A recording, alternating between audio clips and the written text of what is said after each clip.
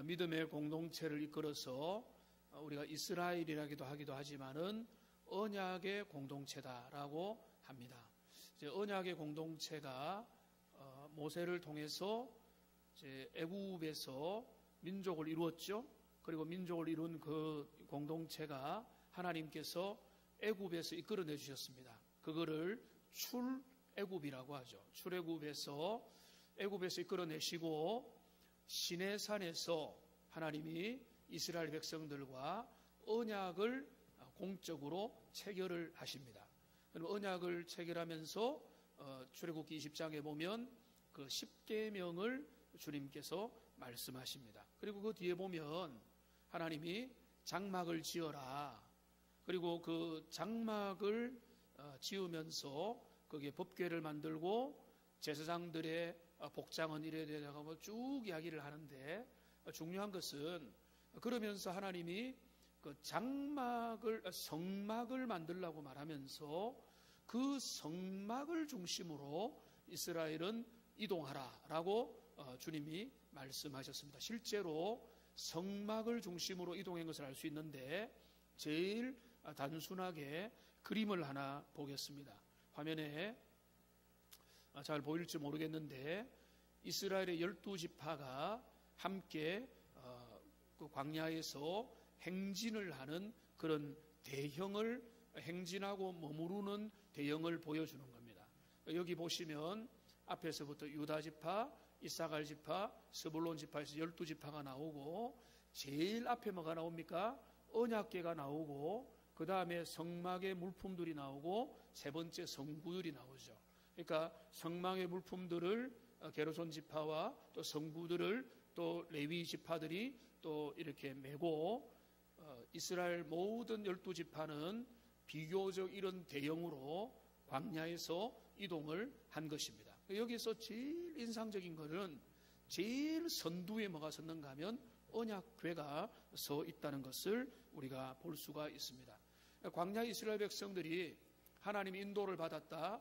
구름 기둥과 불 기둥의 인도를 받았다. 그게 다 구름 기둥과 불 기둥이 성막을 통해 성막을 중심으로 하나님이 사인을 해주신 것입니다. 그래서 주님은 노골적으로 뭐라고 말씀하는가 하면, 회막에서 성막의 지성소에서 내가 너희들과 만나고 너희들에게 사인을 주고 너희들의 갈 방향을, 너가 언제 서야 될지 언제 가야 될지 너희를 이끌어 줄 것이다. 그러니까 광야의 이스라엘 백성들의 그 모든 여정을 그들이 어떻게 살아남았나, 어떻게 지금 여호수아서 지금 3장을 우리가 보는데 가나안 땅까지 갈 수 있었는가? 그들이 하나님의 인도를 받았는데, 하나님의 인도의 핵심은 뭔가 하면 언약궤로 상징되는 주님의 인도를 받았다는 것입니다. 하나님이 직접 나타나서 직접 이렇게 이끌어 주신 게 아니라 너희가 성막을 만들어라. 그 성막 가운데 내가 임하겠고 성막을 통해서 가고 서고 하라라고 주님이 말씀하시는 것입니다. 그러면서 이제 광야를 이동하는 40년 동안에 성막이 언약궤가 이스라엘의 중심이 되었던 것처럼, 지금 여러분 가만히 보시면 가나안 땅에 들어오는데도 언약궤가 중심이 되어 있다는 것을 우리가 볼 수가 있습니다. 3장 1절에 한번 보시면 시딤에서 이제 올라올 때에 하나님께서 이제 말씀을 하십니다. 여호수아 3장 1절에 보면 지금 시딤에서 떠나 요단에 이르러 건너가기 전에 거기서 유숙하라 라고 말하고, 3절에 백성에게 명령하 이르되 너희 사람 제사장들이 너희 하나님 여호와의 언약궤에 매는 것을 보거든 너희가 있는 곳을 떠나 그 뒤를 따르라 라고 여전히 말씀하고 있습니다. 그러니까 구약은 신약과 너무 다르다. 여러분, 우리가 말씀을 제대로 알면요 똑같습니다. 오늘 제목도 언약궤를 따르라고 했는데요, 언제나 말씀 따르면 되는 겁니다. 주님 따르면 되는 겁니다. 지금 하나님의 백성의 모든 생사 여탈의 중심은요 주님의 언약궤를 따라가면 되는 겁니다. 그 말씀을 따라서 가는 겁니다. 그러니까 광야의 생활에도 언약궤를 따라서 이스라엘이 행진했다면 지금 가나안에 들어가는 여정에도 주님이 언약궤를 따라가라 하는데, 근데 4절에 보면 흥미로운 표현이 있습니다. 너희와 그 사이 거리가 2000규빗쯤 되게 하고 그것에 가까이 하지는 말라. 자, 2000규빗이 대략 900m입니다. 900m입니다. 그리고 거기에 가까이 하지 말라 하면 우리가 참 이게 이제 얼마 전에 헌법 세미나도 했는데 다르고 다르고 동일한 조항이지만 조항의 진짜 의미가 뭐고 맥락이 뭐고 뜻이 뭐냐에 대해서 논쟁이 있고, 헌법이 우리나라에 분명히 있어도 헌법의 가치를 해설하는 것은 또 다른 문제고, 그렇다고 해서 헌법을 일일이 다 해설집을 헌법 안에다 집어넣을 수도 없는 것이죠. 여기 2000규빗집 떨어져서 더 가까이 가지는 말라는 말을 우리가 딱 얼핏 들으면 어떻게 생각하는가 하면 멀리 떨어져라 라고 이렇게 생각을 할 겁니다. 근데 그 의미가 전혀 아닙니다. 여기에서 2000규빗 900m를 떨어지라는 것은 언약궤가 전두에 딱 제사장들이 매는 언약궤가 있고 잘 보이는 적절한 거리에서 절대로 뒤처지지 말고 그거를 바라보면서 너희들이 따라오라는 것입니다. 그러나 너무 가까이 가면은 그 부정해서 잘못 만지면 너희가 어떤 일을 당할지 모르니까 너무 가까이는 오지 말라. 어느 정도 간격은 지켜달라. 그러나 핵심은 뭔가 하면 멀리 가라가 아니라 적당한 거리에서 항상 볼 수 있도록, 항상 지시를 받을 수 있도록 거리를 적당히 해서 그 거리의 간격을 가지고 따라오라. 여기에 핵심이 있는 것입니다. 이게 2000규빗쯤에 살아있는 의미가 되는 것입니다. 가나안에 들어가는 그 가장 중요한 길목에 요단강이 있고, 요단강을 건너고 나면 여리고성이 기다리고 있습니다. 그래서 우리가 가나안을 천국의 입성이라고 생각하고 요단강을 건너는 것을 죽음을 지나가는 것으로 많은 믿음의 사람들이 그렇게 해석을 했습니다. 영적으로 가능한 풍류적 그런 해석이긴 하지만 1차적으로 이스라엘 백성이 약속의 땅으로 가기 위해서 마지막 장벽인, 마지막 큰 그 장벽인 요단 강물이 그들을 가로막고 있는 것입니다. 이 시기 때는 아주 높아서 몇 메다 높이가 되는, 그래서 한 3m 정도 되는 높이로 있기 때문에 지금 도무지 사람이, 그 수많은 사람들이 걸어서 들어갈 수가 없는 것입니다. 그런 이제 상황에서 주님이 여호수아를 통해서 주시는 명령이 뭔가 하면 오늘 요단강물을 어떻게 건너느냐, 오늘 17절을 우리 읽었던 17절을 보십시오. 여호와의 언약궤를 맨 제사장들은 요단 가운데 마른 땅에 굳게 섰고 그 모든 백성이 요단을 건너기를 마칠 때까지 모든 이스라엘은 그 마른 땅으로 건너갔더라. 그래서 여기 보면 그 앞에를 보시면 15절에 보시면 14절에 보시면 제사장들은 언약궤를 메고 백성 앞에 나가고요. 그리고 제사장들이 15절 마지막에 궤를 맨 제사장들의 발이 물가에 잠기자 요단 강물이 그치고 마른 땅이 되어서 대로가 열리고 이스라엘 백성들이 그 요단 강물을 건너갔다고 하는 것입니다. 그러니까 여기에 보시면 철저하게 그 모든 가나안 입성의 그 모든 일들은 언약궤가 주님 앞에서 제사장의 발을 통해서 요단 강물에 딱 한 발을 내리는 바로 그 순간에, 언약궤가 내려가는 바로 그 순간에 모든 주님의 역사가 새롭게 시작되는 장면을 우리가 볼 수가 있는 것입니다.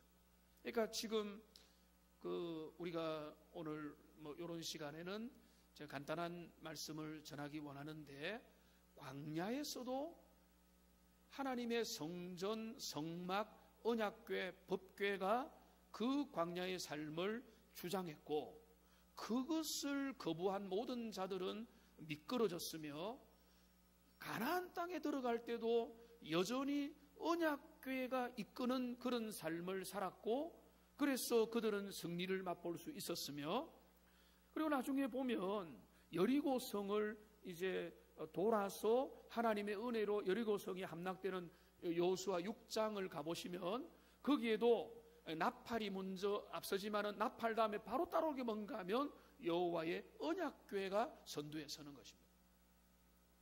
그리고 지금 여러분 어느 정도 알고 있는 대로 다윗이 그 언약궤 여호와의 법궤가 그 다윗의 성으로 들어오는 것을 얼마나 기뻐하면서 주님 앞에 조심하고 기다리면서 그 언약궤가 들어올 때 춤추며 기뻐했던 모습들을 여러분 알고 있지 않습니까? 제가 대략 말씀을 드린 대로 언약 백성의 삶에 가장 중요한 핵심은 뭔가 하면 언약궤를 따르는 삶이에요. 그걸 좀 더 넓게 말하면 성막 중심의 삶입니다. 성전 중심의 삶입니다. 그런데 그 성전 중심이라는 것은 성소와 지성소고, 성소와 성소보다 지성소가 더 핵심이고, 지성소의 핵심은 뭔가 하면 언약궤라는. 그러면 그 언약궤가 뭐냐? 언약궤가 그게 뭐 어떤 거냐? 그 언약궤의 의미는요, 히브리서에 잘 설명이 되어 있습니다. 9장 4절에 한번 이제 보시면요, 화면에 한번 띄워주세요. 같이 한번 읽겠습니다. 금향로와 사면을 금으로 싼 언약궤가 있고, 그 안에 만나를 담은 금항아리와 아론의 쌍난 지팡이와 언약의 돌판들이 있고. 지금 이스라엘의 모든 행군의 헤드쿼터, 그 사령부, 그 지휘소, 그 모든 통치의 핵심에 뭐가 있는가 하면 언약궤가 있는데, 언약궤가 그 자체가 신비한 마술적인 능력이 있는 게 아니라 그 언약궤에 뭐가 있는가 하면 하나님의 말씀의 통치가 있는 거예요. 그걸 상징하는 겁니다. 그게 이제 세 가지로 나타나는 겁니다. 만나가 있습니다. 만나는 주님이 내려주시는, 사람이 떡으로만 살 것이 아니고 여호와의 입에서 나오는 모든 말씀으로 살리라는 것을 상징하는 그 만나, 아론의 쌍난 지팡이, 그리고 언약의 두 돌판, 10계명을 기록한 언약의 두 돌판. 나중에 이 만나가 나중에 생략되기도 하지만은, 그러나 이 세 가지가 그 안에 들어있음으로 말미암아 그 모든 세 가지가 상징하는 것은 다른 것이 아닙니다. 하나님이 말씀으로 통치하시고, 하나님께서 지금도 전능한 은혜를 베푸시고 언약의 백성들을 주님이 원하는 대로 이끌어 가신다고 하는 그 언약적 상징이 성막에 나타나 있고, 성막의 핵심인 지성소 안에 그 언약궤 안에 주님의 정신이, 이게 미신적으로 이거를 신주단지 받들듯이 받드는 그게 중요한 게 아니라 그 안에 주님의 통치 원리가 담겨져 있다는 거예요. 그 주님의 통치 원리 핵심이 뭔가 하면 여호와 하나님이 이끄신다는 거예요. 자, 그런데 우리가 중요하게 묻고 싶은, 이스라엘의 승패를 가르고 광야의 삶을 승패를 가르고 가나안의 삶의 승패를 가르고 왕정시대의 승패를 가르는 그 모든 중심이 여호와의 법궤와 언약궤를 따르는 삶이라고 말씀드렸습니다. 자, 그러면 이제 마지막 질문이 뭔가 하면, 오늘날 우리에게는 그게 어떤 의미가 있느냐 이것이죠. 오늘날 우리에게 신약시대를 살아가는 우리에게 언약궤가 어디 있죠? 이 강단이 언약궤입니까? 강단 밑에 뭐가 들어있습니까? 오늘날 우리가 따라야 될, 오늘날 우리가 지시받아야 될 그 언약궤, 여호와의 법궤, 그 우리의 인도를 해주시는 그 언약궤는 어디 있느냐? 여러분, 그것을 우리가 잘 알아야 됩니다. 그 언약궤는, 그 언약궤와 그 안에 들어있는 모든 것들은 한마디로 말하면 새 언약의 완성자 되시는 예수 그리스도 안에 모든 언약의 내용이 완성된 것입니다. 그러니까 지금 구약에 그렇게 중요했던 언약궤는 이제는 우리가 성전을 따른다, 건물을 따른다, 사람을 따른다, 어떤 눈에 보이는 십자가를 따른다, 이게 아니고요, 그리스도 예수만 따르면, 그분을 따르고 그분의 통치를 받고 그분의 지배를 받으면 그 언약의 중보자가 되시고 언약의 완성자가 되시고 언약의 계승자가 되시는 그 언약의 시작점이요 완성자이신 예수 그리스도 안에 오늘 구약시대의 광야와 그리고 그 가나안 땅과 왕정시대의 이스라엘 언약 백성의 모든 통치의 원리가 언약궤 안에 구현되어 있다면 히브리서 1장 1절 2절에서 나와 있는 대로 오늘 그거는 다루지는 않겠지만은 그 아들로 말씀하시고 아들을 통해서 마지막 시대에 우리에게 도전을 주시는 예수 그리스도 안에서 모든 그 언약궤가 그리스도 예수에게로 수렴되고 그분에게 다 모아지게 되었다는 것입니다. 그러니까 여러분, 이스라엘 백성들은 언약궤 성막 중심으로 따라라, 구름 기둥과 불 기둥의 인도를 받고 그 언약궤와 성막을 중심으로 따르기만 하면 산다. 그것이 쉬웠습니까? 어렵습니까? 비교적 어렵지 않게 보았는데도 거기서 많은 사람이 미끄러 넘어졌죠. 다른 길을 따랐고 원망하고 불평하고 소멸하며 하나님 앞에서 분당을 짓고, 그래서 그들은 반역으로서 하나님 앞에 실패하고, 그러나 언약궤를 따르는 사람들은 주님 앞에서 승리했습니다. 오늘날 그리스도 예수만을 따른다는 의미를 우리가 결론적으로 본다면 그게 바로 계시록 14장 4절의 말씀이라고 봅니다. 같이 한번 읽어보겠습니다. 이 사람들은 여자와 더불어 더럽히지 아니하고 순결한 자라, 어린 양이 어디로 인도하든지 따라가는 자며 사람 가운데서 속량함을 받아 처음 익은 열매로 하나님과 어린 양에게 속한 자들이니. 그러니까 오늘 우리는 어떤 의미에서는 너무너무 자유로워졌습니다. 아무런 구약의 율법도, 아무런 구약의 제사법도, 규례도 우리를 얽매이고 우리를 규정 짓는 것은 없습니다. 우리가 유월절을 지키겠습니까? 우리가 장막을 들고 다녀야 됩니까? 그런 거 없습니다. 근데 그게 이제는 우리는 무한정 자유라고 자꾸 생각하면 안 됩니다. 우리의 자유는 어디로 매여야 되는가 하면 여기 있는 대로 어린 양이 이끄는 대로 따라가는 그 성도의 삶을 살아가야 되는 것입니다. 그게 언약궤를 따르는 삶인 것입니다. 오늘 신약시대에는 여러분 두 가지 위험이 있습니다. 어떤 분이 이런 이야기를 하는데 제 마음에 참 공감이 되었습니다. 세속적인 성공을 추구하는 사람은 사두개파가 되고 율법을 따르는 자는 바리새인이 된다. 맞는 말일까요? 맞는 것 같습니다. 그리스도만 따라야 됩니다. 구약에서 길을 잃어버려도 안 되고 자유를 가지고 방종해서 사두개파가 되던데 우리는 바리새인과 사두개파 둘 다 거부해야 되는 거예요. 그리스도를 따라가야 돼요. 그리스도를 따라가면요, 거기에 진짜 자유가 있고 진짜 거리 있고 기적을 보고 살아계신 주님을 경험하게 될 것입니다. 오늘 우리가 요즘에 매일 성경으로 여호수아서를 보고 있는데 이 언약궤를 따르는 삶에 오늘날 우리의 의미를 다시 한번 더 짚어보면서 오늘 주님을 따르고 우리가 주님 말씀하시면 내가 가고 주님 설하시면 내가 멈춘다. 우리가 입술의 고백만 아니라 정말로 우리의 삶의 중요한 순간순간마다 그렇게 어린 양이 어디로 인도하든지 그 길을 따르고자 결단할 수 있는 그런 그거를 구약적인 용어로 제가 말씀드린 겁니다. 언약궤를 따르는 삶이고 오늘날로 말하면 우리의 구원자, 인도자, 목자이신 주님을 따르는 그 삶을 일평생 걸어가는 하나님의 사람들 다 되시기를 주님의 이름으로 축복합니다.